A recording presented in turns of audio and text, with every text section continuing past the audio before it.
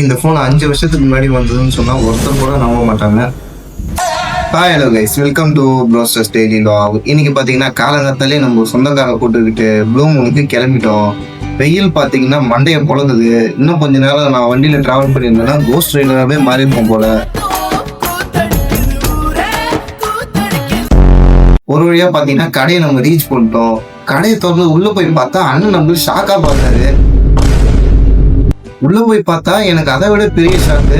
என்னடா அது 17 Pro Max மாதிரியே இருக்குன்னு சொல்லி எடுத்து பார்த்தா இது 17 Pro Maxே கிடையாதான், இது iPhone 11.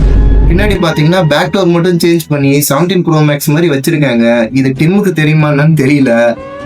அப்படியே பார்த்தீங்கன்னா நம்ம லேப்டாப் ஸ்கின் வாங்கலாம்னு சொல்லிட்டு வேற கடைக்கு வந்தோம். இங்கே பார்த்தீங்கன்னா பயங்கரமாக இருந்துச்சு ஸ்கின் எல்லாம். Kakashi, Luffy, Itachi.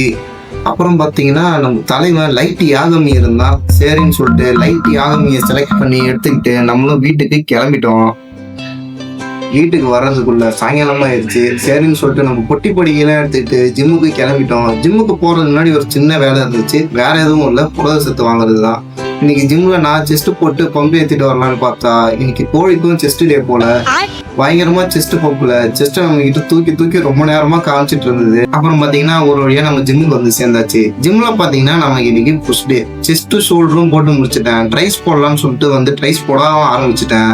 ஏன்டா ஒரு மாதிரி நின்று ட்ரைஸ் போடுறேன் ஆப்போடா நிக்கிறேன்னு சொல்லிட்டு கீழே கமெண்ட் பண்ணாதீங்க. ஏன்னா முதுகுல எனக்குள்ள கேஸ் ஆயிடுச்சு.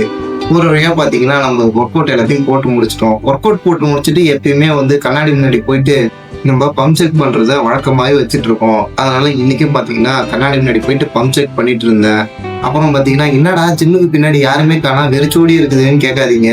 எல்லாம் சேரக்குள்ள ஒன்றா தான் வந்துட்டு இருந்தோம். அப்புறம் ஆளாளுக்கு எந்த மூலையில எங்கெங்க இருக்கிறானுன்னே தெரியல. ஜிம்முக்கும் ஒன்றா வர மாட்டானுங்க, இன்க்ளூடிங் அவர் சேனல் பார்ட்னர்.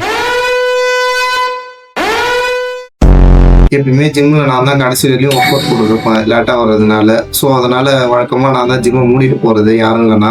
இன்றைக்கும் பார்த்தீங்கன்னா நான் தான் ஜிம்மை மூடிட்டு வீட்டுக்கு கிளம்பிட்டேன். இந்த பேஷண்ட்டை பார்த்தீங்கன்னா நீங்கள் போன வீடியோலேயே பார்த்துருப்பீங்க. இவரை நம்ம கைவிட்டதுனால வேற ஒரு மெக்கானிக் இவரை ரெடி பண்ணி கொடுத்தாரு. சரி டிஸ்பிளே ஒர்க் ஆகுதான்னு பார்க்கலான்னு சொல்லிட்டு நானும் டிஸ்பிளே போட்டு ஆன் பண்ணி பார்த்தேன்.